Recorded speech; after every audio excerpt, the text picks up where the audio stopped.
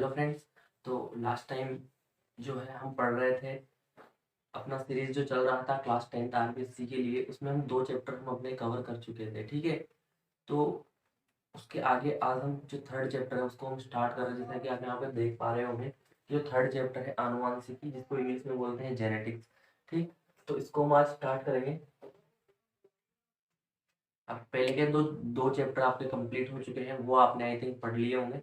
उसमें अगर कोई डाउट है आपको तो आप कमेंट में बता सकते हैं।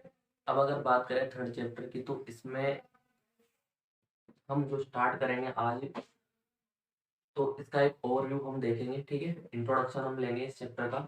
बाकी अब कंटिन्यू आपकी क्लासेस लगती रहेंगी। ठीक है, अभी बीच में थोड़ा गैप देना पड़ गया था कुछ प्रॉब्लम्स की वजह से, तो अभी हम कंटिन्यू इसको स्टार्ट करेंगे। तो इसमें हम जो आनुवांशिकी, अब पहले के जो चैप्टर आपने पढ़ ही लिए होंगे मेरे ख्याल से। ठीक है, तो थर्ड जो चैप्टर है आनुवांशिकी जेनेटिक्स। जेनेटिक्स के बारे में अगर आपने कभी पढ़ा हो या थोड़ा बहुत अगर आपको याद हो, तो जेनेटिक्स जो है, जो बायोलॉजी है यानी जीव विज्ञान है, उसी की एक ब्रांच है। जैसे कि पहले हम 8th क्लास तक जैसे साइंस की बुक है आपकी, अभी भी 10th क्लास में जो साइंस की बुक है, इसके अंदर 10th के बाद इसमें डिवाइडेशन हो जाएंगे। जैसे उसके अंदर होगी फिजिक्स, केमिस्ट्री और बायोलॉजी, जीव विज्ञान, रसायन विज्ञान और भौतिक विज्ञान। तो उसी प्रकार बायोलॉजी के अंदर भी एक ब्रांच यानी एक शाखा है जिसे हम आनुवांशिकी कहते हैं। और उस शाखा के अंदर सिर्फ हम जो है कोशिका के अंदर जो डीएनए यानी केंद्रक पाया जाता है, उसके अंदर जो डीएनए पाया जाता है उसमें क्रोमोसोम होता है। ठीक है, जब आप इसके बारे में और पढ़ेंगे हायर क्लासेस में तो आपको पता चलेगा। तो वहाँ पे जीन्स प्रेजेंट होते हैं, जीन्स। ठीक है, जीन जो होते हैं उपस्थित, उन्हीं से ये वर्ड आया है जेनेटिक्स, क्योंकि जीन जो है एक ग्रीक वर्ड है। ठीक, तो वहीं से जेनेटिक्स वर्ड आया है और उसका हिंदी में हम उसको बोलते हैं आनुवांशिकी। तो जीन जो है वो आनुवांशिकी की सबसे छोटी इकाई भी कहलाती है।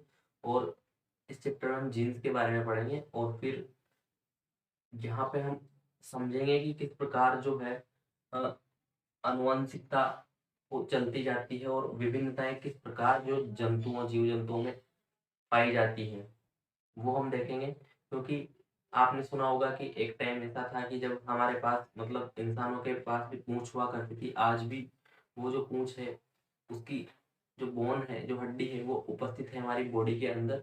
तो उसके हमको यहाँ से प्रमाण मिलते हैं। तो कैसे वो पूंछ गायब हो गई और कैसे कैसे हम में भी एवोल्यूशन आता गया। ठीक है, अब कहते हैं कि हमारे जो पूर्वज हैं वो चिंपैंजी हुआ करते थे, तो किस प्रकार हम में जो वेरिएशन है आती गई और हेरिडिटी जो है, हमने अपने पुराने लक्षणों को भी नहीं खोया। ठीक है, और उनमें परिवर्तन जो हमारी जरूरत थी उस अनुसार आता गया। तो वो हम इस चैप्टर में पढ़ेंगे। तो आपको यहाँ पे डेफिनेशन जो दिख रही होगी कि जीव विज्ञान की वह शाखा है जो आनुवांशिकी है, वो जीव विज्ञान की वह शाखा है जिसमें सजीवों के लक्षण, ठीक है, जो सजीव है यानी कि सिर्फ यहाँ पे जीवित जो जीव है उनकी बात हो रही है। ठीक है, तो यानी नॉन लिविंग की बात नहीं हो रही है। ठीक, तो इसीलिए जीव विज्ञान की शाखा है क्योंकि सजीवों की बात हो रही है। तो सजीवों की जो लक्षण की आनुवांशिकता यानी हेरिडिटी, उसको इंग्लिश में बोलते हैं। इसका अर्थ होता है कि किस प्रकार पीढ़ी दर पीढ़ी, जैसे माता पिता है, उनसे जो उनके जो लक्षण है, माता और पिता दोनों के जो लक्षण है, वो आनुवांशिकता के साथ आनुवांशिकता के रूप में अगली पीढ़ी यानी उनके बच्चों में आते हैं और फिर उनके बच्चों से वही जो लक्षण है वो उनके अ, जो बच्चे हैं उनमें ट्रांसफर होते रहते हैं। यानी संतति, एक संतति से दूसरी यानी एक पीढ़ी से दूसरी पीढ़ी पे जो लक्षण है सजीवों के जो लक्षण है आनुवंशिकता के, वो ट्रांसफर होते रहते हैं और उनमें फिर जरूरत के अनुसार उनमें वेरिएशंस आते जाते हैं धीरे धीरे। ऐसा नहीं है कि जैसे अ, कोई भी इंसान है, उसका जो बेटा है या बेटी है, ठीक है, उसके जो ऑफ स्प्रिंग्स को बोलते हैं संतति, वो है, वो बिल्कुल हूबहू उसके जैसा रहेगा। उनमें कुछ ना कुछ वेरिएशंस भी आएंगे। इसके अलावा बहुत समय के बाद, एक टाइम के बाद, जब कोई भी जो स्पीसीज है, कोई भी जो जाति है, ठीक है, ऐसा हम जाति बोल सकते हैं जैसे कि मानव जाति है। ठीक है, ऐसे गाय की अलग जाति है। ठीक है, क्योंकि उनमें भी तो अलग अलग प्रकार के जीव पाए जाते हैं। ऐसा नहीं है कि सारी की सारी जो गायें हैं वो समान दिखने में है, ठीक है। वैसे जिस प्रकार जो डॉग्स हैं, कुत्ते हैं, वो भी बिल्कुल समान नहीं होते, तो वो उनकी जाति है, उनमें भी विभिन्नताएं पाई जाती है। तो वो विभिन्नताएं जैसा उनका वातावरण रहता है, उस हिसाब से एक लंबे समय के बाद उनमें परिवर्तन आते जाते हैं। उसके बारे में अध्ययन करेंगे, ठीक। और आनुवंशिकी जो शब्द है, वो सबसे आप याद रख सकते हैं कि बेट्सन है, उन्होंने आनुवंशिकी यानी जेनेटिक्स जो है, जेनेटिक्स जो वर्ड है वो बेट्सन ने दिया है। और एक और जो मेन चीज है कि जो जेनेटिक्स जो है, ये ग्रीक भाषा के जीन शब्द से आया है, ठीक है। ये बात आप याद रख सकते हैं, जीन शब्द से आया है। तो इसको आप एक बार नोट कर लीजिए, फिर हम आगे देखते हैं। तो ये आपने नोट किया होगा। अब एक और जो इम्पोर्टेंट चीज वो है कि जो सजियों के जो लक्षण है आनुवंशिकता के रूप में, जो विभिन्न विभिन्न नई मतलब नई पीढ़ी में ट्रांसफर तो होते हैं, पर वो एक और चीज है कि वो जो सेक्सुअल रिप्रोडक्शन यानी लैंगिक जनन के द्वारा ही होते हैं, ठीक है। अभी और अच्छे से हम एक्सप्लेन करेंगे। क्योंकि जो लैंगिक जनन है वो चाहे पौधों में हो, ऐसा नहीं है कि सिर्फ इंसानों यहाँ की बात हो रही है या फिर सिर्फ जंतुओं की बात हो रही है। पौधों में भी लैंगिक जनन पाया जाता है और पौधों में भी आनुवंशिकता पाई जाती है। इसीलिए जो फादर ऑफ जेनेटिक्स जिसको हम बोलते हैं, ठीक है, जनक, आनुवंशिकता के जो जनक है वो कौन है, वो भी आप इम्पोर्टेंट लिख लीजिए। ग्रेगर जॉन मेंडल, ठीक है। ये फादर ऑफ जेनेटिक्स है यानी आनुवंशिकी के जनक हैं। तो ये जो है, इन्होंने एक्सपेरिमेंट किस पे किया था, जब जेनेटिक्स के बारे में उन्होंने जाना, ठीक है, उन्होंने नई नई खोज करी और तीन जो लॉज दिए उन्होंने आनुवंशिकी के, वो एक्सपेरिमेंट किस पे किया था, इन्होंने प्रयोग किया था किस पे, मटर के पौधे पे, ठीक है। और इसको बोलते हैं गार्डन पी, पी बोल दीजिए, गार्डन पी बोल दीजिए। आगे हम पढ़ेंगे, ठीक है, कि किस प्रकार जो है उन्होंने गार्डन पी को ही चुना, क्या जो कारण थे, उसके अलावा इसकी जो खूबियां हैं कुछ ना कुछ वो भी हम पढ़ेंगे। ठीक, तुमने क्या बताना चाह रहा था कि इसके अंदर भी लैंगिक जनन होता है। तो जो आनुवंशिकी है वो लैंगिक जनन के द्वारा ही,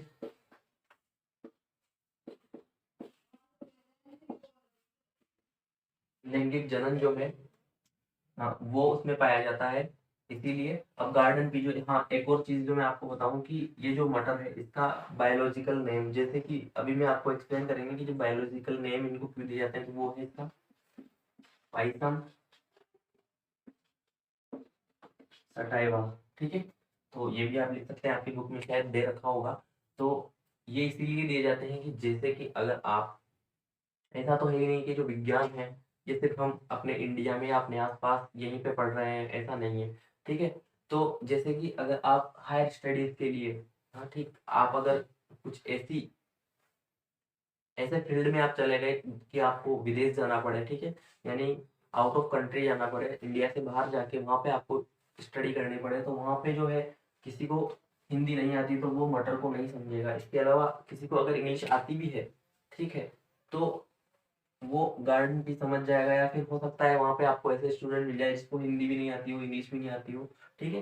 तो जो ये स्पेसिफिक फील्ड जो होते हैं, ठीक है, एक निश्चित जो, जब किसी चीज पर हम हायर लेवल पे स्टडीज करने जाते हैं तो वहाँ पे एक कॉमन नेम्स यूज किए जाते हैं। इससे क्या होता है कि जो पूरे विश्व भर में ये जो नाम है मटर का, पाइसम सटाइवा, ये फेमस है, ठीक है। यानी कि पूरे जो वर्ल्ड है वहाँ पे आप कहीं पे भी चले जाइए, पाइसम सटाइवा जो है वो समझ जाएंगे। लेकिन हाँ, ऐसा नहीं है कि हर कोई समझेगा। जो एजुकेटेड है, जिन्होंने वो उसके बारे में, उस फील्ड के बारे में पढ़ा होगा। अब ऐसा तो है नहीं कि आप ठेले वाले से जाके बोलेंगे कि सर पाइथन सटाइवा दे दो, है ना, ठीक है। तो वो आपके जो क्राइटेरिया यानी आपके जो फील्ड से रिलेटेड जो इंसान होंगे उनके लिए उपयोगी है, ठीक है। तो वो होता है पाइथन सटाइवा, आपको समझ आया होगा। ऐसे नाम हर एक चीज के दिए जाते हैं, जैसे मानव का है होमोसेपियन, वैसे सभी का है, मतलब, ठीक है। तो अलग अलग जो जीव है उनके काफी सारे नाम है, जहाँ जरूरत होगी वहां पे हम उनको आपको बताते जाएंगे। इसके अलावा अगर आपको इसमें इंटरेस्ट है कि आपको और भी नाम जानने हैं बॉटनिकल नेम्स, तो आप कमेंट कर दीजिएगा, उस पर अलग से स्पेसिफिक वीडियो ला देंगे। अभी हम टॉपिक से नहीं दूर नहीं जाते हुए हम बात करेंगे कि जो गार्डन ये उन्होंने क्यों लिया, और ये जो जनक है जॉन ग्रेगर मेंडल वो कहलाते हैं। इसके अलावा बात की हेरिडिटी की, हेरिडिटी हेरिडिटी और इसी को हमने क्या, एक प्रकार की हेरिडिटी होती क्या है कि जो हेरिडेटरी लक्षण है,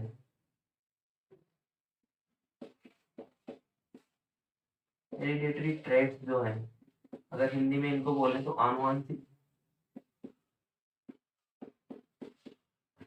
आनुवंशिक जो लक्षण है, ठीक है, किसी जीव के, किसी भी इंसान के, किसी भी जीवित जीव के आनुवंशिक जो लक्षण है वो उसकी एक पीढ़ी से उसकी दूसरी पीढ़ी में आएंगे, वो हेरिडेटरी कहलाती है। ठीक है, इसकी यही सिंपल परिभाषा है।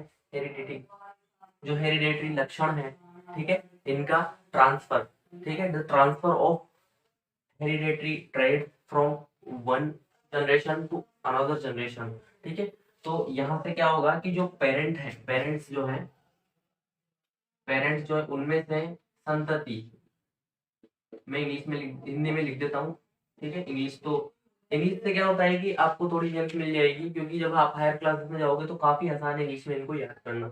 अभी तो आपको थोड़ी दिक्कत होगी, लेकिन आप जैसे जैसे पढ़ेंगे आपको बहुत इंटरेस्ट आने लगेगा, वो आसानी से चीजें याद हो जाती है, क्योंकि हिंदी में जो वर्ड्स हैं वो बहुत कठिन होते हैं आपको याद रखने में भी। तो जो संतति इसको बोलते हैं, पेरेंट्स संतति में जो लक्षण है, हेरिडेटरी ट्रेड्स, आनुवंशिक की लक्षण जिनको हम बोलते हैं, इनकी भी हम बात करेंगे अभी, उनको हेरिडिटी बोला जाता है। ठीक है, तो दूसरी बात हमने वेरिएशन की थी, यानी विभिन्नताओं की थी। तो जहां जरूरत होती है तो वातावरण के अनुकूल एक समय के साथ किसी भी जो जीव है, कोई भी जो जीव है, उनकी जातियां हैं, उनमें परिवर्तन आते जाते हैं धीरे धीरे। ठीक है, एक वेरिएशन आता जाता है जहां पे जरूरत होती है। वो किस लिए? क्योंकि अगर वातावरण के साथ हम परिवर्तन नहीं लाएंगे तो हम वहां पे एडजस्ट नहीं कर पाएंगे। ठीक है, और जब हम एडजस्ट नहीं कर पाएंगे, एडजस्टमेंट बहुत जरूरी है। ठीक है, तो एडजस्ट नहीं कर पाएंगे अगर हम, तो या तो वो जो जाति है, पूरी की पूरी जो जाति है वो नष्ट हो जाएगी। ठीक है, तो इसीलिए वेरिएशन यानी कि परिवर्तन जरूरी है। ठीक, तो ये हमने समझा। अब अगर मैं एक और चीज जो आपको समझाऊं कि आनुवंशिक लक्षण की, हम किस लक्षण की बात कर रहे हैं, तो अगर किसी के माता पिता जो है उनके किसी के भी बाल अगर करली है, यानी घूमे हुए हैं, तो हो सकता है उसका जो बेबी हो, मेल या फीमेल बेबी हो, उनके जो हेयर है वो भी कर्ली हो। अगर किसी के पेरेंट्स का जो दोनों में से, ऐसा नहीं है कि सिर्फ दोनों का होना चाहिए, या फिर ऐसा है कि जैसे किसी भी एक का भी अगर लक्षण है, जैसे कि किसी की माँ की जो आंखें हैं, आईज है, वो अगर ग्रीन है या ब्राउन है, तो हो सकता है कि उसके जो ऑफस्प्रिंग यानी संतति जो पैदा होंगी, उनकी भी जो आईज है वो ग्रीन या जिस भी कलर की है वो हो सकती है। ठीक है, अगर किसी के फादर लंबे हैं या मदर लंबी है, तो हो सकता है वो करेक्टर उसके बच्चों में आए और वो उनकी भी जो लंबाई है वो ज्यादा हो जाए। तो ऐसा होता है, ये हेरिडेटरी लक्षण है, यानी जेनेटिक करेक्टर्स इनको हम बोलते हैं, या हेरिडेटरी ट्रेट्स भी इनको हम बोलते हैं। तो ये आप नोट कीजिए। ठीक है, इसमें कुछ खास है नहीं, मेरे ख्याल से आपको ये सब चीज समझ में आई होगी, बहुत ही डीपली मैंने आपको यहाँ पे बता दिया है। इसके अलावा और कुछ बाकी इसमें है नहीं।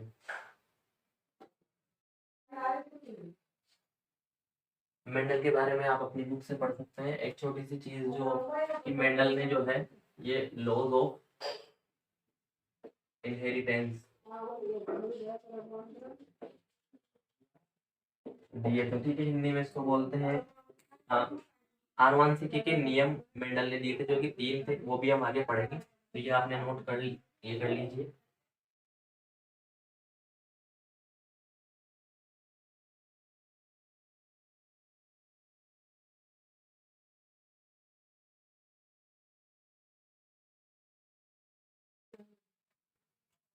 तो ये जो है आपने नोट किया होगा। अब जैसा कि मैंने बताया कि जो मेंडल है, इन्होंने मटर के पौधे का ही चयन क्यों किया वो हम देख लेते हैं। ठीक है, क्योंकि आपकी बुक में भी नेक्स्ट जो टॉपिक है वो दे रखा है और काफी इंपॉर्टेंट है, वहां से डायरेक्ट क्वेश्चन बनता है और वो पढ़ने के बाद वहां से क्वेश्चन आते ही आते हैं। ऐसा कोई डाउट नहीं है कि वहां से क्वेश्चन बनते हैं इस चैप्टर में से। ठीक है, तो क्यों जो है मटर का पौधा चुना गया मेंडल के द्वारा। ठीक है, तो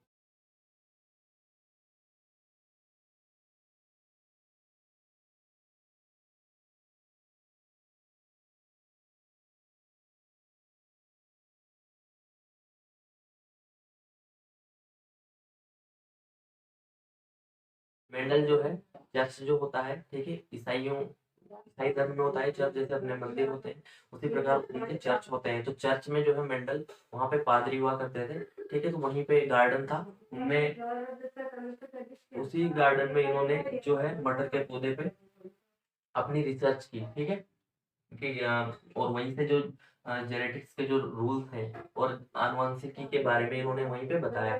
तो वो हम कुछ कारण है इसके, वो हम देख लेते हैं। तो पहला जो कारण है, ये एक वर्षीय पौधे होते हैं।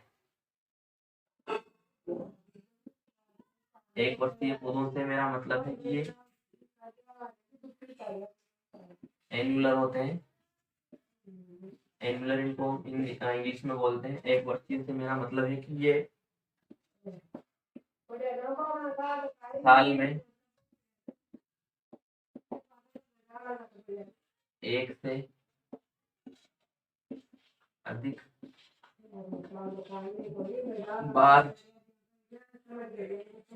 अधिक बार उगाए जा सकते हैं।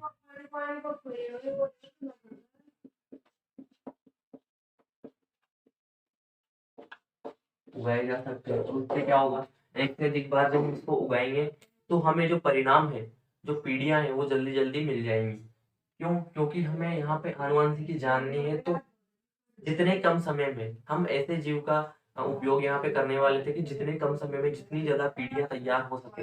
और वो कैसे पॉसिबल था कि मेंडल को ऐसे पौधे, वो चाहता तो कोई जानवर भी ले सकता था, लेकिन पौधे को क्या है, हर एक चीज जो है उसकी केयर वगैरह उसकी करना, वो बहुत ज्यादा प्रॉब्लम नहीं होती है। और एक से अधिक बार वो साल के अंदर पैदा हो सकता था, इसीलिए उन्होंने मटर के पौधे का चयन किया। उससे क्या होगा कि एक ही साल में उसकी 2 या 3 या उससे भी अधिक जो है हम पीढ़ियां देख देख सकते हैं और उसके अंदर आए वेरिएशन को हम ध्यान से देख सकते हैं और कम समय में ज्यादा अच्छे तरीके से समझ सकते हैं। और उनकी जो आनुवंशिकी है यानी हेरिडिटी जो चल रही है उसको हम समझ सकते हैं। दूसरा जो इसका था कि ये जो है बाइसेक्सुअल होता है। ठीक है,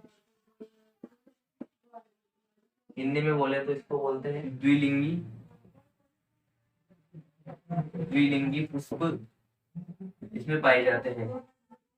और इससे एक फायदा ये है द्विलिंगी पुष्प होने से कि सेल्फ पॉलिनेशन यानी स्व परागण इसमें होता है। इसके अलावा हम क्रॉस परागण, क्रॉस पॉलिनेशन यानी किसी दूसरे से भी इसका परागण करा सकते हैं। ठीक है, तो वो आसान हो जाता है हमारे लिए और पॉसिबिलिटी बढ़ जाती है कि जो पौधे हमने लगाए हैं उनमें पॉलिनेशन होगा और नए पौधे का निर्माण होगा। ठीक है, तो ये होता है। दूसरा यहाँ पे क्या होता है कि बहुत ज्यादा वेरिएशन देखने को नहीं मिलते, क्योंकि स्व स्व परागण है तो बहुत ज्यादा वेरिएशन है, विभिन्नताएं हर पौधे में देखने को नहीं मिलेगी। क्योंकि जब स्वयं का जो फूल है उसी से स्वयं के जो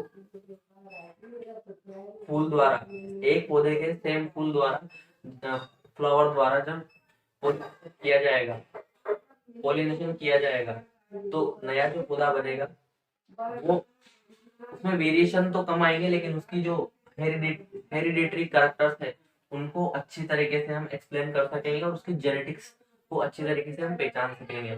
ठीक है, अगला जो कैरेक्टर है, तीसरा जो है कि इसके अंदर जो विपुंशन विधि द्वारा, इसको इंग्लिश में बोलते हैं इमस्कुलेशन।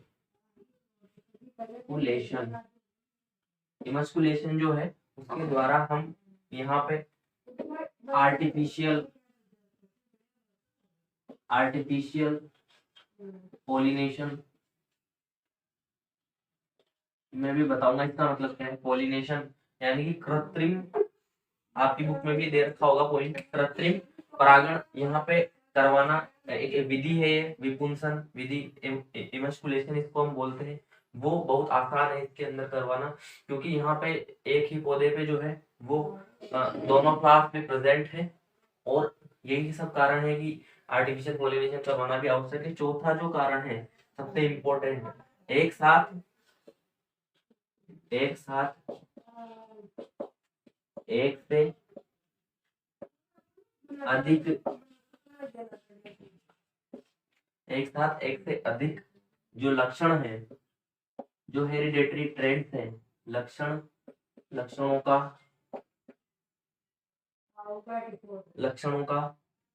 संवहन यहाँ पे होता है। ठीक है, यानी ट्रांसफर यहाँ पे होता है एक से अधिक लक्षणों का एक साथ, और उनकी हम स्टडी कर सकते हैं। यानी एक साथ सिर्फ एक लक्षण, अब जैसे कि हर एक जो लक्षण है उसकी स्टडी करने के लिए ऐसा नहीं है कि हर बार हम एक नई संतति पैदा करेंगे। यहाँ पे क्या है कि इसके अंदर ऐसे जो लक्षण है वो हमें बाहर से दिखाई भी देते हैं, पहली बात तो। ठीक है, अभी 2 वर्ड में आपको बताऊंगा, फिनोटाइप और जीनोटाइप। ठीक है, तो जो मटर के पौधे हैं इसके अंदर एक से अधिक ऐसे लक्षण हैं जो बाहर से दिखाई भी देते हैं, हमें महसूस भी होता है, और उनको पढ़ना आसान होता है। ठीक है, और एक साथ एक से अधिक लक्षणों का यहाँ पे ट्रांसफर होता रहता है। तो ये आप नोट कीजिए, उसके बाद हम नेक्स्ट चलते हैं। फिर यहाँ तक आपको समझ आया होगा कि क्यों जो है मटर का पौधे का चयन किया गया मेंडल द्वारा। अब ये आपको ये नोट किया होगा। अब हम जो करैक्टर्स है, 7 करैक्टर जो है मटर के पौधे के अंदर पाए जाते थे, और जिनकी जो मेंडल है उसने स्टडी की, उन्होंने जो स्टडी की 7 करैक्टर्स की, उनको भी हम यहाँ पे देख लेते हैं, और एक साथ सारे के सारे जो 7 करैक्टर्स हैं उनके बारे में भी हम थोड़ा सा जानेंगे, क्या क्या करैक्टर है। वो कभी कभी ऐसा पूछ सकता है आपसे एग्जाम में, और हायर क्लासेस में आपको काफी काम आने वाले हैं। तो जो लक्षण है वो कौन कौन से हैं? तो पहला जो लक्षण है पौधे की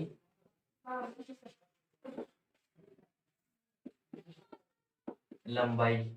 ठीक है, इसकी अगर बात करें तो देखिए जितने भी जो लक्षण हैं वो 2 प्रकार के लक्षण हमको यहाँ पे देखने पड़ेंगे। क्यों? क्योंकि जब जेनेटिक्स के बारे में हम पढ़ेंगे, जब आगे हम ऑक्सीजन के बारे में पढ़ेंगे, तो क्या होगा, देख क्योंकि सेक्सुअल रिप्रोडक्शन यानी लैंगिक जनन की यहाँ पे बात हो रही है, तो ऐसा नहीं है कि सिर्फ पेरेंट जो है वो सिंगल पेरेंट से नई ऑफस्प्रिंग यानी संतति या कोई शिशु बन जाएगा। ठीक है, यहाँ पे 2 पेरेंट की जरूरत होगी अगर आपने लैंगिक जनन के बारे में पढ़ा हो तो, क्योंकि जो अलैंगिक जनन है, ठीक है, उसके अलावा और भी प्रकार के जो जनन होते हैं, कायिक जनन है, उनमें जरूरी नहीं कि 2 जो पेरेंट है, 2 जो माता और पिता, उनकी जरूरत नहीं पड़ती। जबकि लैंगिक जनन की अगर बात करें तो 2 पेरेंट का होना बहुत जरूरी है। तो उसी प्रकार अगर हम देखेंगे कि जो करैक्टर्स है वो 2 जगहों से यहाँ पे किसी एक नई शिशु या ऑफस्प्रिंग यानी संतति के अंदर आएंगे, तो वो दोनों अलग अलग विपरीत भी हो सकते हैं और समान भी हो सकते हैं, वो एक अलग बात है। लेकिन यहाँ पे हम दोनों करैक्टर्स को अलग अलग देख लेंगे एक बार, कि जो लंबाई है, पौधों की लंबाई है, उसकी अगर बात करें तो या तो पौधा लंबा होगा। ठीक है, कोई भी मटर का पौधा है, लंबाई की अगर बात करें तो या तो वो लंबा होगा, और इसको हम ऐसे दिखाएंगे टॉल से, क्योंकि टॉल किसको बोलते हैं, तो टी ये हम यूज करेंगे यहाँ पर डिनोट करने के लिए, क्योंकि हम इतना सारा बार बार लिख नहीं सकते, तो हम सिंबल्स उनके यूज करेंगे। ठीक है, और दूसरा जो है यहाँ पे बोना, या फिर पौधा होगा बोना, और अगर बोना पौधा है तो उसके लिए हम स्मॉल टी का यूज करेंगे। ठीक है, लंबा पौधा है तो बड़े वाले टी का सिंबल का यूज करेंगे, और छोटा है तो दूसरी अगर स्मॉल टी का यूज करेंगे। दूसरी अगर करैक्टर की बात करें तो वो होगा दूसरा जो है पुष्प की स्थिति। जो स्थिति है पुष्प की वो पौधे पे कहाँ कहाँ होती, तो एक तो या तो एक्सियल हो सकता है फ्लावर, वो भी बताऊंगा मैं कहाँ पे, या फिर टर्मिनल हो सकता है। अब इनमें भी हम ऐसे इसको डिनोट कर सकते हैं, इसको स्मॉल ऐसे डिनोट कर लेंगे। ठीक है, तो अभी मैं बताऊं अगर आपको एक्सियल और टर्मिनल का क्या मतलब है। एक्सियल मतलब जैसे कि ये पौधा है, ठीक है, चलो यहाँ पे बड़ा सा बनाते हैं अपन, जैसे कि ये पौधा है, ठीक, ये पौधा आपको दिख रहा होगा, इसमें यहाँ से एक वो निकलेगी ब्रांच, यहाँ से भी कोई ब्रांच निकली इसमें, फिर यहाँ से भी कोई ब्रांच निकली।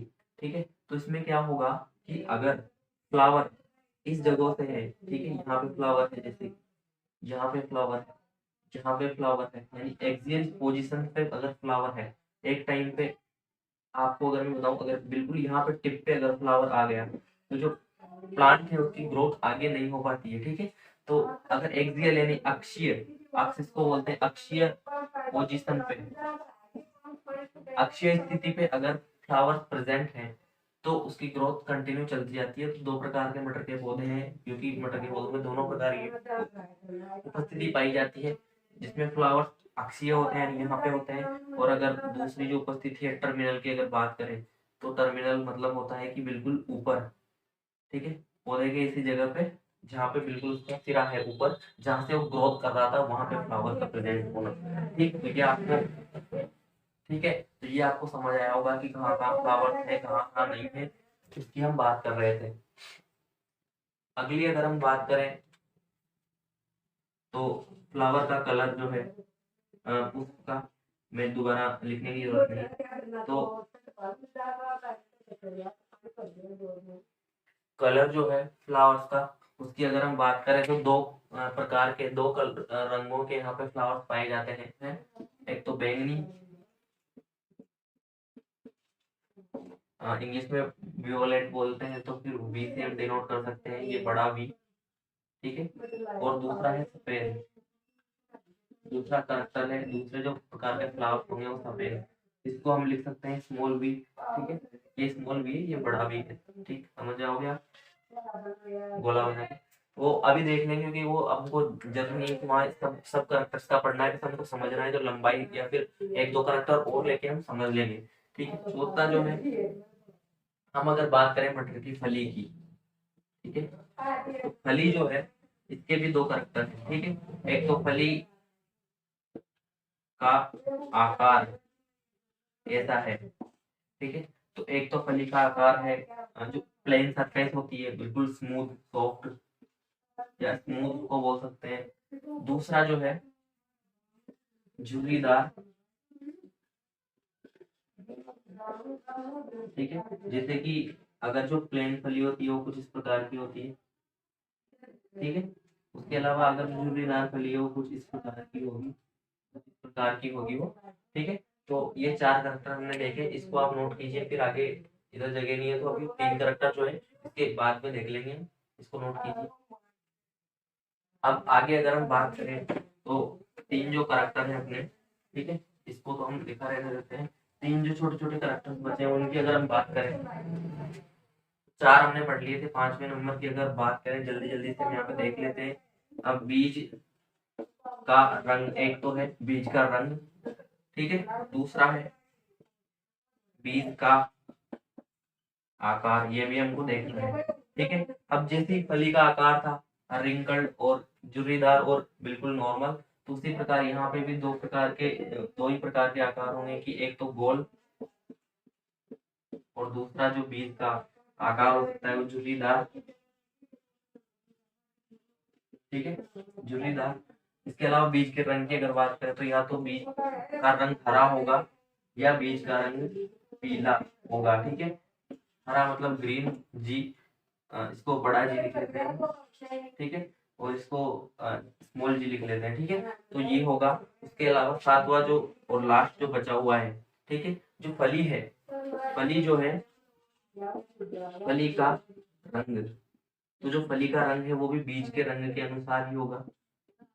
फली का जो रंग है वो भी बीज के रंग के अनुसार ही होगा। तो उसमें है कि एक तो हरा, या तो हरा होगा फली का रंग, कैपिटल जी। ठीक है, या फली का रंग होगा अपना पीला। ठीक है, तो ये भी आप नोट कीजिए। ये तीन कैरेक्टर बचे थे, ये कंप्लीट हो गए। अब कुछ टर्मिनोलॉजी में आपको बताऊंगा, यहाँ पे हम बात करेंगे, जैसा कि मैंने भी आपको वर्ड बताया थे, फिनोटाइप और जीनोटाइप, उनकी भी अब बात करेंगे। उसके अलावा जो जेनेटिक्स जो है उसको पढ़ने से पहले, ये बिल्कुल बेसिक बेसिक चल रहा है अपना। ठीक है, बिल्कुल ओवर इंट्रोडक्शन चल रहा है अभी तो। ठीक है, उसको समझने के लिए आपको ये जरूरी है पढ़ना। उसके बाद हम देखेंगे अभी टर्मिनोलॉजी, यानी कुछ टर्म्स हैं जेनेटिक्स के, स्पेशल टर्म्स हैं। ठीक है, जो जेनेटिक चैप्टर है उसमें, उसी में आप हर क्लास में आप जैसे हायर स्टडीज करते जाएंगे, वो जो वर्ड्स है वो आपको बहुत इम्पोर्टेंट है आपके लिए, तो वो हमको पढ़ना बहुत जरूरी है, वहां से हमको काफी चीजें एक्सप्लेन होती है। तो ये आप नोट कीजिए, फिर हम उसको देखेंगे। अब ये आपने नोट किया होगा और ये आपको समझ में भी आया होगा यहाँ तक, तो ठीक है। अब जो आज का लास्ट टॉपिक हम तो अब आज का लास्ट जो टॉपिक है टर्मिनोलॉजी, उसको हम कंप्लीट कर लेते हैं, फिर जो नेक्स्ट क्लास में बाकी चैप्टर को हम खत्म कर लेंगे, ठीक है। बहुत बड़ा ही चैप्टर नहीं है, बहुत बड़ा ही चैप्टर नहीं है, पर बहुत इंपॉर्टेंट है, ठीक है। यहाँ से क्वेश्चन आपको मिलेगा ही मिलेगा हमेशा, और यहाँ से मेरे ख्याल से आपको हमेशा बड़े क्वेश्चन मिलते हैं। हो सकता है एक नंबर का कोई डेफिनेशन वगैरह पूछ ले, जो अभी मैं बताने जा रहा हूँ, ठीक है, जो टर्मिनोलॉजी, उनमें से भी कुछ क्वेश्चन आपको मिल सकते हैं। लेकिन बात करें, काफी इंपॉर्टेंट है मार्क्स और एग्जाम के पॉइंट ऑफ व्यू से। तो नेक्स्ट टॉपिक आपका क्या है, मैं चेक करते हैं टर्मिनोलॉजी आपका। तो इसमें एक एक चीज हम देखेंगे कि जो जीन है, सबसे पहले हम देखेंगे जो जीन है, ठीक है। जो जीन है उनकी अगर हम बात करें, तो इसके बारे में हमने देखा सबसे इम्पोर्टेंट जो चीज है, लाइन जो है, अगर आप बायोलॉजी जो सब्जेक्ट है वो 11th यानी 10th के बाद भी लेते हैं, इस स्ट्रीम में जाते हैं, तो ये जीन जो वर्ड है, आपको हर क्लास में आपको एक ऐसा चैप्टर या ऐसा टॉपिक मिलेगा जो इससे रिलेटेड है, यानी आनुवंशिकता से रिलेटेड है, ठीक है। तो इसको हम लिख सकते हैं स्मॉलेस्ट यूनिट ऑफ जेनेटिक्स,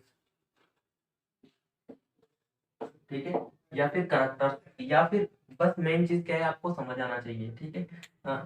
ये क्या है कि सबसे छोटी जो इकाई है, ठीक है, आनुवंशिकी की सबसे छोटी इकाई कहलाती है जीन, ठीक। जीन को हम बोलते हैं सबसे छोटी इकाई आनुवंशिकी की, तो वो आप लिख लीजिएगा। अब सबसे छोटी इकाई क्यों है, जिस प्रकार जो सजीव है, जो सजीवों में हमने पढ़ा, जो सजीव है,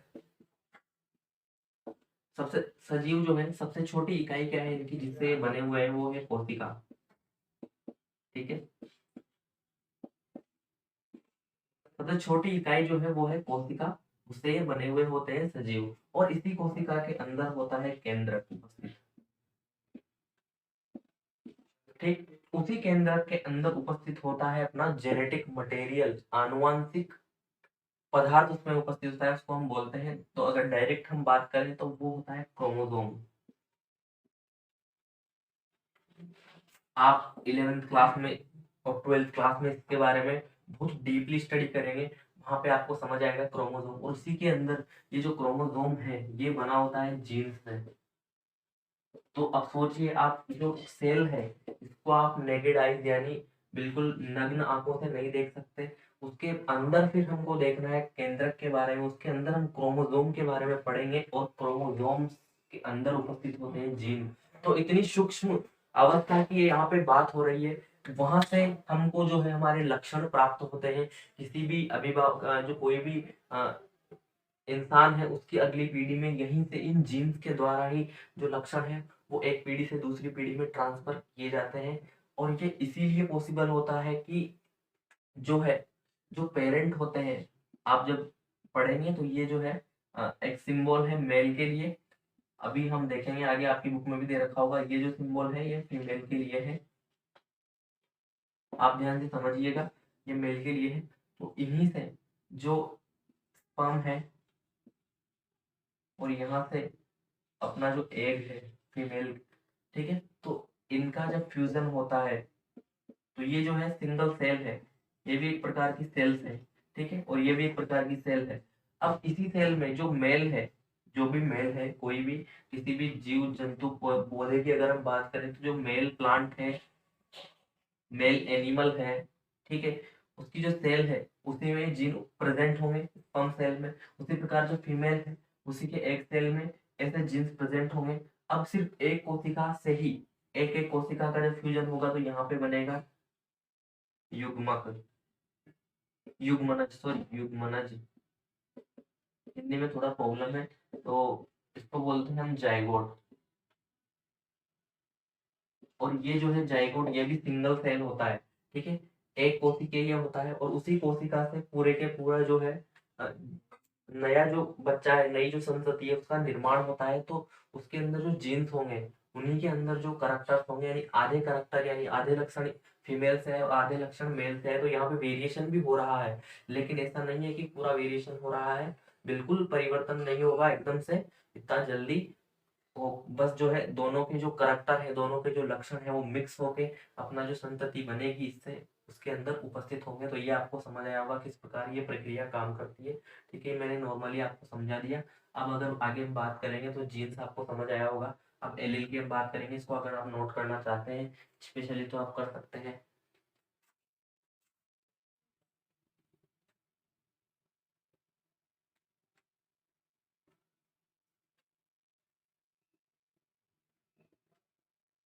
अब सेकंड जो टर्म है युग्म विकल्पी, उसकी अगर हम बात करें, ठीक है, युग्म विकल्पी उसको हम बोलते हैं। और अब आपको जरूरत होगी फिनोटाइप और जीनोटाइप समझाने की कि वो क्या होते हैं। तो अगर हम बात करें सेकंड जो टर्म है युग्म विकल्पी, ठीक है, एलिल जिसको बोलते हैं। अब इस तरह ये क्या बला आ गई, बहुत आसान है, इसमें भी कोई दिक्कत नहीं होगी आपको। युग्म विकल्पी की अगर हम बात करें तो युग्म विकल्पी में मैं आपको समझाऊं, आपको वर्ड से ही पता चल रहा होगा कि एक युग्म होगा यानी एक पेयर होगा और विकल्प उसमें दिए गए होंगे। ठीक है, जैसा कि मैंने अभी आपको बताया था कि एक मेल होता है, फीमेल होती है, ठीक है, उनमें से जब यहाँ से इनका फ्यूजन होता है, क्रॉस ओवर होता है, तो मुझे एक बात बताइए कि यहाँ पे भी एक सेल होगी यानी एक युग्मक होगा इसके पास भी, और यहाँ पे भी एक युग्मक यानी एक कोशिका होगी, हम कोशिका उसको बोल सकते हैं, या आप युग्मक यहाँ पे मैं लिख देता हूँ। ठीक है, युग्मक होगा। यहाँ से जो युग्मनज बना, युग्मनज तो आप जानते होंगे, युग्मनज यानी जाइगोट जो बना, इंग्लिश में मैं लिख देता हूँ। ठीक है, दोनों के जो करेक्टर्स हैं अगर यहाँ पे जाइगोट में आए तो वो युग्म के रूप में होंगे कि नहीं होंगे, यानी कि मैं क्या कहना चाहता हूँ ध्यान से सुनिएगा कि जो मेल है और जो फीमेल है इसकी भी कुछ ना कुछ लंबाई होगी। मैं इनको मिटा देता हूँ एक बार। इसकी भी कुछ ना कुछ लंबाई होगी। अगर मान लेते हैं कि ये लंबा है, जैसा कि हमने भी मटर के पौधे में जो सिंबल बनाए थे वहां पे आप देखिए, अगर मान लेते हैं कि ये लंबा है और जो फीमेल है वो हाइट में बोनी है। ठीक है, अब ऐसा तो नहीं है कि ये फिक्स है, हो सकता है ये भी लंबा हो या ये बोनी हो, चलो इधर मैं लिख देता हूँ यहाँ पे। ठीक है, उल्टा भी हो सकता है। ठीक, ऐसा नहीं है कि कोई लंबा या कोई छोटा, मैं ऐसा नहीं कह रहा। ठीक है, लेकिन कोई कैसा भी हो सकता है। ठीक है, तो अभी अगर हम बात करें कि ये कोई यहाँ पे लंबा है और जो फीमेल है वो छोटी, या फिर फीमेल लंबी है और मेल छोटा है, ठीक है, दोनों करेक्टर्स जो है अलग अलग हमको रखने हैं अभी के लिए। ठीक है, हम ये जानते हैं कि ये भी किसी ना किसी ऑफस्प्रिंग मतलब किसी ना किसी पूर्वज से बने होंगे, पेरेंट्स से बने होंगे। लेकिन अगर इनकी बात करें और सिर्फ हमने कोशिका में, तो देखिए सभी प्रकार के लक्षण पाए जाएंगे पूरे के पूरे। ठीक, लेकिन हम सिर्फ यहाँ पे एक लक्षण की बात कर रहे हैं समझाने के लिए कि युग्मक विकल्पी होता क्या है। तो अभी यहाँ पे जो नई ऑफस्प्रिंग बनेगी, अभी यहाँ पे जो नई संतति बनेगी, ठीक है, ऑफस्प्रिंग जो है जो बनेगी उसके अंदर क्या होगा,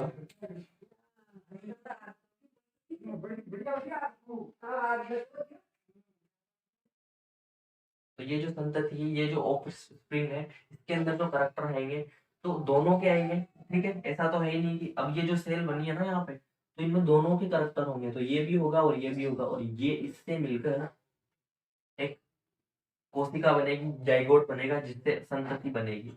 ठीक है, तो ये एक युग्मक का युग्म हुआ कि नहीं हुआ, ये एक पेयर हुआ कि नहीं हुआ, जो जीन है उनका एक पेयर हुआ कि नहीं हुआ। तो जो एलिल है, युग्म विकल्पी जो है, विकल्प भी यहाँ पे है कि या तो बच्चा लंबा होगा या बच्चा छोट बोना होगा, यही तो दो ऑप्शन है ना। ठीक है, अब जीनोटाइप और फिनोटाइप की मैं आपको बता देता हूँ। ये तो युग्म विकल्पी एक युग्म बन गया है और उनके यहाँ पे विकल्प भी है। जीनोटाइप और फिनोटाइप की अगर हम बात करें तो अभी आपके ये जो वर्ड शायद आगे दे भी रखे हैं, और हिंदी में मेरे दिमाग से भी निकल रहा है क्या इनको बोलते हैं, देखता हूँ इसमें। जीनोटाइप और फिनोटाइप इनकी हम बात करते हैं।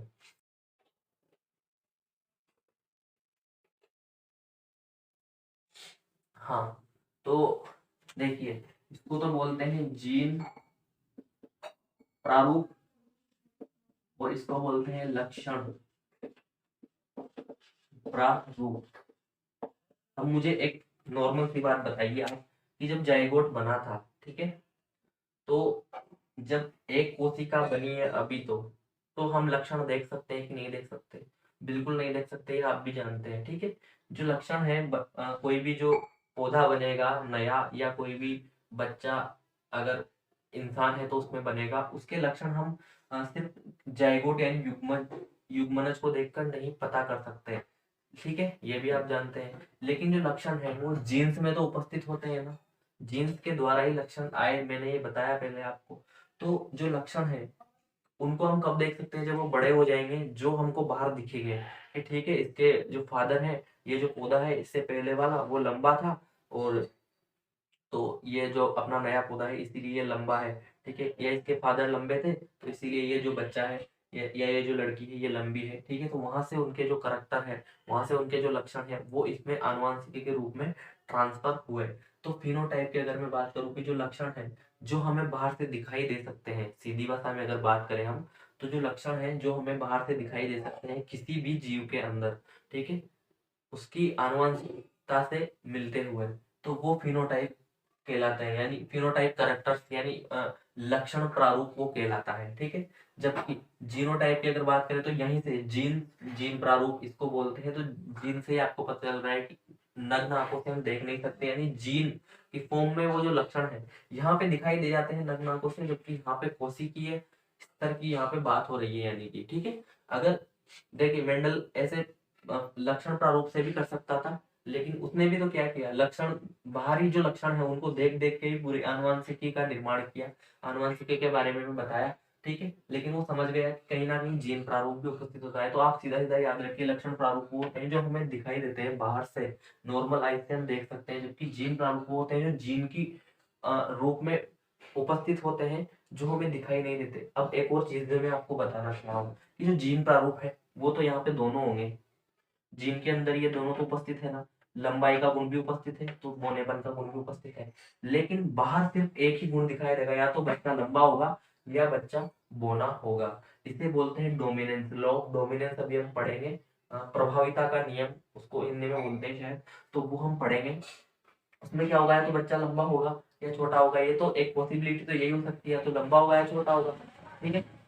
भले ही जीन प्रारूप उसमें दोनों उपस्थित हैं, ठीक है, लेकिन लक्षण प्रारूप जो हमें बाहर दिखेगा वो लक्षण प्रारूप कहलाते हैं। तो ये भी मैंने आपको बता दिया, और युग्म विकल्प भी आप समझ गए होंगे यहाँ से, ठीक है, एल, ठीक। तो ये भी आपको समझ आया होगा। बाकी आप जब आपकी बुक में देखेंगे डेफिनेशन तो आपको अब आसानी से समझ आ जाएगा, कोई दिक्कत यहाँ पे नहीं होने वाली।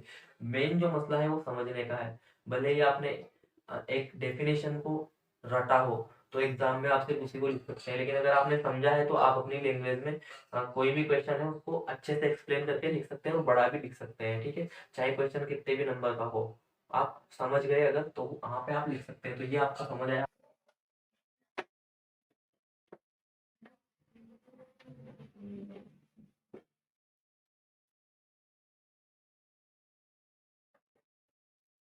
ठीक है। तो अब एक साथ मैं आपको यहाँ पे बताऊंगा चार चीजें। एक तो है तीसरे नंबर पर सम युग्मजी, क्योंकि एक साथ होने वाले हैं, ठीक है, और इनको हम बोलते हैं होमोजाइगस, ठीक है। और चौथे नंबर का है आपका, इसको इंग्लिश में बोलते हैं हेटेरोजाइगस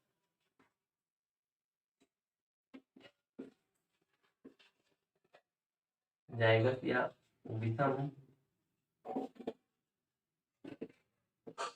युग्मजी को बोलते हैं, ठीक। तो पहले इसको समझ लेते हैं हम, उसके बाद दो पॉइंट जो आपके हैं कौन कौन से हैं ये भी हम यहीं पे बात कर लेंगे फिर।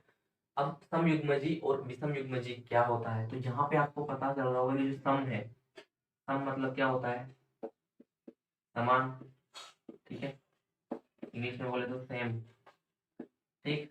अब युग्मजी यानी कि जो युग्मक है, इतनी देर से हम जीन्स की बात कर रहे हैं या युग्मज की बात कर रहे हैं, ऐसा समझ सकते हैं। तो जो लक्षण, हम लंबाई का लक्षण हमने ले रखा है, हर जगह हम लंबाई के लक्षण के साथ उदाहरण देख लेंगे, ठीक है। तो उसकी अगर हम बात करें तो अगर जो दोनों मेल और जो फीमेल है दोनों अगर लंबे हैं या दोनों अगर छोटे हैं, दोनों प्रकार की पॉसिबिलिटी हो सकती है, ठीक है। तो इनसे जो बेबी बनेगा वो, उसके पास जो एलिल है, एलिल इसको हमने बोला था युग्म विकल्पी है, ठीक है, वो दोनों समान है, यानी कि यहाँ पे दोनों ही कंडीशन में, दोनों में से कोई सा भी जो या फिर ये दोनों में से कोई भी अपना प्रभाव दिखाए, मदर या फादर के जो जीन्स है दोनों में से कोई भी अपना प्रभाव दिखाए, यहाँ पे बच्चा जो है ऑफ स्प्रिंग जो है या पौधा जो है नया बनने वाला वो लंबाई होगा, ठीक है, क्योंकि यहाँ पे जो समयुग्मजी है, जो अ, अपना जो जाइगोट बना है, ठीक है, वो समयुग्मजी बना है, ठीक है, समयुग्मजी यानी समान, तो समान यहाँ पे हो गए, तो ये आपको समझ आया होगा, बस इतनी सी बात इसमें याद करनी है। अगर आप लिखना चाहते हैं तो आपकी बुक में भी आप पढ़ सकते हैं, उसके अलावा अगर आपको लिखना है तो आप ये लिख सकते हैं कि समयुग्मजी पौधों में जो युग्म विकल्पी है, युग्म विकल्पी जो है एलील जो है वो समान जीन से मिलकर बना होता है। फिर आप उदाहरण दे सकते हैं कि अगर हम पौधे की लंबाई की बात करें तो जो मेल अगर लंबा है और फीमेल भी अगर लंबे हैं तो उनसे जो नया ऑफस्प्रिंग बनेगा यानी नई संतति बनेगी वो दोनों ही कंडीशन में, चाहे मेल का जो है करेक्टर जो है वो डोमिनेंट यानी प्रभावी हो, चाहे फीमेल का जो लक्षण है वो प्रभावी हो, दोनों ही अवस्थाओं में पौधा लंबाई होगा, ठीक है। तो ये सम युग्मजी है। जबकि बात करें हेटेरोजाइगस यानी विषम युग्मजी की, तो यहाँ से विषम से आप समझ गए होंगे कि अलग अलग का मतलब होता है अलग, ठीक है। और इंग्लिश में अगर बात करें तो हेटेरो का मतलब होता है डिफरेंट और होमो का मतलब होता है सेम, ठीक है। तो अलग की अगर बात करें तो यहाँ पे क्या होगा कि जो मेल है और जो फीमेल है, ठीक है, वही जैसा हमने पहले देखा, इस बार हम देख लेते हैं। मेल जो गोना है और फीमेल जो है वो टॉल है यानी लंबी है, तो यहाँ पे जो ऑफ स्प्रिंग बनेगा वो यही बनेगा जैसा हमने लास्ट टाइम देखा, ठीक है। अब यहाँ पे जो भी करेक्टर डोमिनेंट होगा यानी कि जो भी लक्षण प्रभावी होगा, ठीक है, वही लक्षण आप ये लिख सकते हैं प्रारूप में दिखेगा। क्या होता है, जीन प्रारूप में तो दोनों लक्षण उपस्थित हैं, लेकिन जो भी लक्षण प्रभावी होगा वही लक्षण प्रारूप में दिखाई देगा हमें, ठीक है, यानी फिनोटाइप में वही लक्षण दिखाई देगा, ठीक। अब मोस्ट ऑफ द केस में क्या होता है, यहाँ पे आप सिंपल सा कॉमन सेंस लगा सकते हैं कि एक लंबा आदमी एक छोटा आदमी है, अगर दोनों में लड़ाई होगी तो मोस्टली चांसेस है कि लंबा आदमी हमेशा जीतेगा। तो यही होता है कि अगर दोनों करेक्टर अगर मोने हैं, यहाँ पे मोने हो सकते थे तो ये होता या ये होता, ठीक है। तो यहाँ पे डोमिनेंस यानी प्रभाविता का नियम यहाँ पे भी रहेगा, लेकिन यहाँ पे कौन किससे प्रभावित, दोनों बराबर है, दोनों बराबरी से अपना प्रभाव दिखाएंगे। लेकिन यहाँ पे क्या होगा कि ये जो छोटा वाला टी है, ठीक है, वो छोटा है, ठीक है, तो वो अपना प्रभाव नहीं दिखाएगा और इसे बोलते हैं अप्रभाविता का नियम। तो कोई भी जो एलिल है युग्म विकल्पी उसमें एक जो जीन है वो तो दिखाएगा पर अपना प्रभाव, और एक जो है वो अपना प्रभाव नहीं दिखाएगा। तो आपके दो जो अगले शब्द हैं टर्मिनोलॉजी में वो अभी आपके क्लियर हो गए होंगे कि डोमिनेंस और रिसेसिव, इसको हम बोलते हैं डोमिनेंस यानी प्रभाविता का प्रभाव जो दिखाता है करेक्टर और जो भी लक्षण है, और जो प्रभाव नहीं दिखाता है यानी अप्रभावी लक्षण जो है वो होता है रिसेसिव करेक्टर, ठीक है। तो ये आपको समझ आया होगा, और ये जो लाइन है आप लिख सकते हैं यहाँ पे, और ये सब आप नोट कर लीजिए। यानी कि जो नई, ये क्या कहना चाहता है कि जो नई संतति जो है वहां पे, जैसे कि ये जो पेरेंट्स है, ये तो है अपने, ये पेरेंट जो है इनमें क्रॉस हुआ, ठीक है, नई संतति बनी, नई पीढ़ी भी इसको हम बोल सकते हैं। यहाँ पे क्या हुआ, ये जो स्मॉल टी है यानी बोनापन है, यहाँ पे तो शो हो रहा था, यहाँ पे तो दिख रहा था, लेकिन दोनों में से जो लक्षण नई पीढ़ी में ना दिखता हो वही कहलाता है अपना अप्रभावी लक्षण, ठीक है। तो अच्छे से आपको ये समझ आया होगा। इनमें तो अगर कोई कहीं प्रॉब्लम आती है तो आप कमेंट में बताइए, ठीक है, नेक्स्ट क्लास में भी उसका सॉल्यूशन आपको बता देंगे। ऐसी कोई दिक्कत है नहीं, काफ़ी इजी चैप्टर है और काफ़ी बहुत बड़ा चैप्टर या नहीं है, बहुत छोटा है, लेकिन समझने की बहुत चीज़ें हैं इसमें, ठीक है, बहुत इंपॉर्टेंट है समझने के लिए।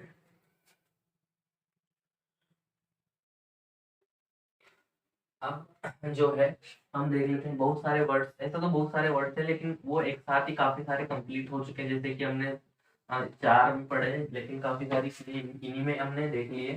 ठीक है, अब है आपके मोनो हाइब्रिड क्रॉस है, फिर डाई हाइब्रिड क्रॉस है, यानी कि उसको हिंदी में क्या बोलते हैं देखो बताऊँ आपको, मैं डायरेक्ट समझा देता हूँ आपको क्या ये होते हैं। ठीक है, जितनी भी टर्मिनोलॉजी है वो कंप्लीट आपको यहाँ पे समझ आ जाएगी। ठीक है, मैं अब डायरेक्ट आपको एग्जांपल यहाँ पे देता हूँ कि जो मेल है, मैं हमेशा यही डायग्राम बनाऊंगा मेल और फीमेल के लिए। ठीक है, इनमें जब क्रॉस होगा, ठीक है, इस करेक्टर को लेके, या तो इनके पास ये करेक्टर होंगे या इनके पास, तो या इसको हम बना लेते हैं, तो या फिर इनके पास ये करेक्टर होंगे।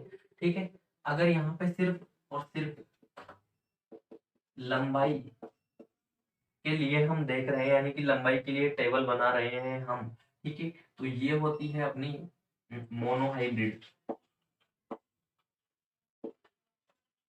ठीक है, हाइब्रिड मतलब संकर होता है, मोनो मतलब एकल, यानी एकल संकरण अगर यहाँ पे हो रहा है। एकल ही संकरण इसलिए कहा है हमने क्योंकि सिर्फ एक ही लक्षण की हम बात कर रहे हैं, सिर्फ लंबाई के पॉइंट ऑफ व्यू से देख रहे हैं। हालांकि जब क्रॉस करवाएंगे प्रैक्टिकली, जब हम असली में जब मेंडल ने क्रॉस करवाया होगा मटर के पौधे का, तो हर बार उसके जितने भी 7 करैक्टर जो हमने देखे, या फिर उसके अलावा जितने भी उसके अंदर लक्षण होंगे, क्रॉस तो उन सब में हुआ होगा।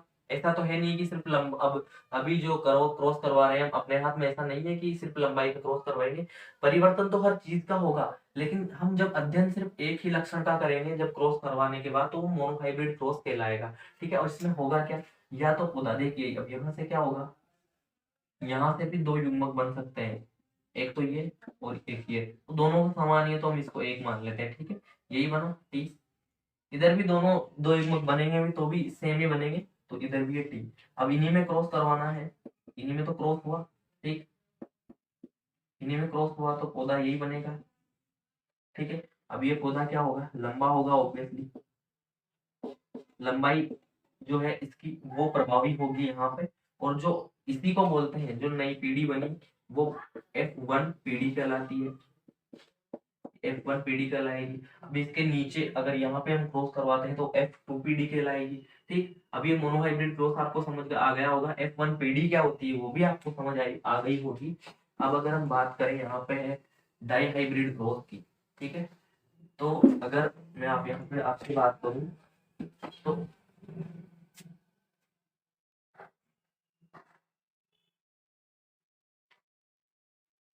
अगर मैं यहाँ पे आपसे बात करूँ, तो इस बार हम 2 करैक्टर लेते हैं, एक तो पौधे की लंबाई, इसके अलावा दूसरा क्या करैक्टर ले सकते हैं हम, अ, लंबाई हो गई, उसके अलावा कलर ले लेते हैं, जो फ्लावर्स है उनका कलर, तो कौन कौन सा, या तो हमने पढ़ा था वोयलेट, ठीक है, या हमने पढ़ा था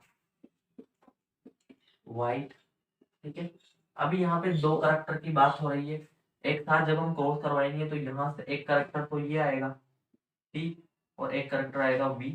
ठीक है, यानी कि ये ऐसा पौधा है जो लंबा भी है और इसके जो फूल है वो बैंगनी है, जबकि इधर बात करें तो ये जो पौधा है ये बोना है और इसके जो फूल है वो सफेद है। तो इनका जब क्रॉस करवाएंगे तो यहाँ पे 2 प्रकार के पौधे बनेंगे। अब इस बार यहाँ पे 2 प्रकार के, क्योंकि अब इसी को बोलते हैं डाई हाइब्रिड क्रॉस, इसको बोलते हैं डाई हाइब्रिड क्रॉस, और हिंदी में इसको बोलते हैं द्विसंकरीय क्रॉस को बोलते हैं। ठीक है, तो यहाँ पे 2 कैरेक्टर्स का संकरण यहाँ पे हुआ, तो यहाँ पे क्या बनेगा, या तो ये एक तो ये पौधा ये बन सकता है, ठीक है, नहीं यही बनेगा, ठीक है, लेकिन यहाँ पे भी वही होगा कि यहाँ पे पौधा लंबा होगा, क्योंकि ये तो जो देखा है हमने ये जीनोटाइप है, ये जीनोटाइप कैरेक्टर है, जबकि फिनोटाइप जो इसका होगा, जो हमें बाहर ही दिखाई देगा, हमें ऐसा थोड़ी दिखाई देगा, हमें कैसे पता कि ये जो, ठीक है, ये तो यहाँ पे दिख रहा था, यहाँ पे भी हमें ये दिखाई दे रहा था, ठीक है, लेकिन अभी हम देखेंगे और पॉसिबिलिटीज और पॉसिबल कंडीशंस हो सकती है किस प्रकार क्या होता है, और यहाँ पे क्या होगा, बेंगनी।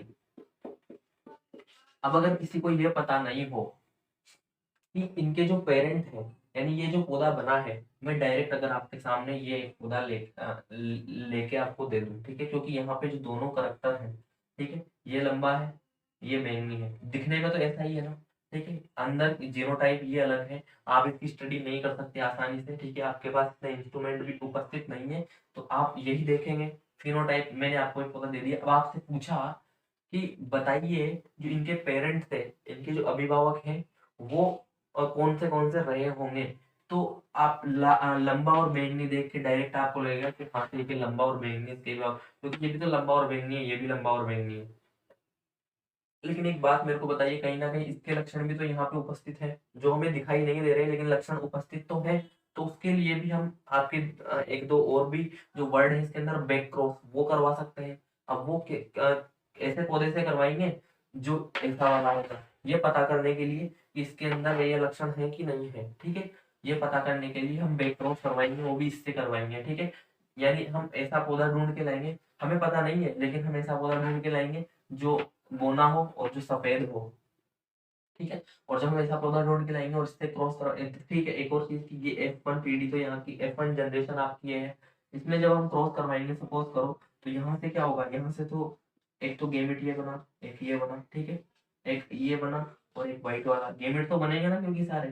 ठीक है, इसका क्रॉस किससे करवाएंगे, तो इधर तो सिर्फ एक तो गेमिट ये बना, एक गेमिट ये बना। अभी जो करेक्टर है वो भी मैंने बताया था आपको एलिल फॉर्म में यानी युग्मक के रूप में होते हैं। तो जो लंबाई का जो करेक्टर है वो लंबाई के साथ ही रहेगा, ये भी फिक्स है, ये भी आपको ध्यान रखना है। तो यहाँ पे कितने पौधे बन सकते हैं, लंबाई लंबाई एक तो ये, या तो ये बनेगा, ये लंबाई के लिए बात हो गई। इसकी बात करें तो या तो ये बनेगा या ये बनेगा। अब अगर ये दोनों करेक्टर आ जाते हैं तो फिर से एक जो पौधा तैयार होगा वो लंबा और बैंगनी तैयार होगा। लेकिन अगर ये करेक्टर साथ आ जाते हैं तो बोना और सफेद पौधा तैयार हो गया। और जब अगर बोना और सफेद पौधा भी अगर तैयार होता है तो आपको पता चल जाएगा कि जो ये है इसके अंदर जो एक पेरेंट था, एक अभिभावक था इस पीढ़ी का, इस पीढ़ी के पहले का। ठीक है, जहां से F1 पीढ़ी हमें प्राप्त हुई उसमें जो पौधा था वो बोना और लंबा भी था, बोना और सफेद फूल वाला भी था। तो यही सब चीजें अभी हम आगे देखेंगे तो आपको खूब अच्छे से समझ आएंगी। अब नेक्स्ट क्लास में, हम आज की क्लास काफी बड़ी हो चुकी है, हाँ आप इसको उतार लीजिए अगर उतारना चाहते हैं, तो फिर नेक्स्ट क्लास में हम इसको देखेंगे। तो यही सारी चीजें हैं जो समझनी है, बहुत बड़ा है चैप्टर नहीं है। तो इसको नोट कीजिए आप, इसमें अब और काफी सारे टॉपिक्स जो है वो बचे नहीं है बहुत ज्यादा। कल हम देखेंगे आनुवंशिकता के नियम और उसके बाद हम पढ़ेंगे अ, वही जो बची है टर्मिनोलॉजी, क्योंकि उनमें जो है जैसे टेस्ट क्रॉस बचा हुआ है, बैक क्रॉस बचा हुआ है, तो उसमें ऐसे एक्सप्लेनेशन की जरूरत होगी और क्रॉस आपको करवाना आना चाहिए, वो बहुत जरूरी है। तो उसको हम कल देखेंगे। अब इसमें कुछ बचा नहीं है, बस यही बचा है, कल ये चैप्टर हो जाएगा मेरे ख्याल से कंप्लीट। बहुत बड़ा चैप्टर ये है, नहीं तो कल इसको कंप्लीट करा देंगे। 3 जो रूल हैं वो पढ़ने हैं हमको। तो 2 क्लासेस में इसको खत्म कर देंगे अब बाद में। कल जो रूल्स हैं वो पढ़ लेंगे हम तीनों। उसके अलावा इसमें ये क्या हुआ,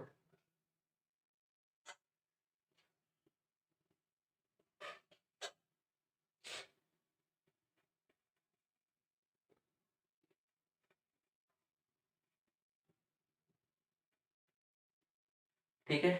तो आपको ये समझ आया होगा, और कोई भी प्रॉब्लम है, कोई क्वेश्चन है, कोई क्वेरी है तो पूछ सकते हैं। कोई सा भी चैप्टर अगर आप पढ़ रहे हैं जो आपको समझ नहीं आया हो कोई टॉपिक, तो उसमें अलग से हम वीडियो बना देंगे और अलग से उसको एक्सप्लेन कर देंगे। तो ऐसे ही शेयर कीजिए अपने फ्रेंड्स को और बने रहिए।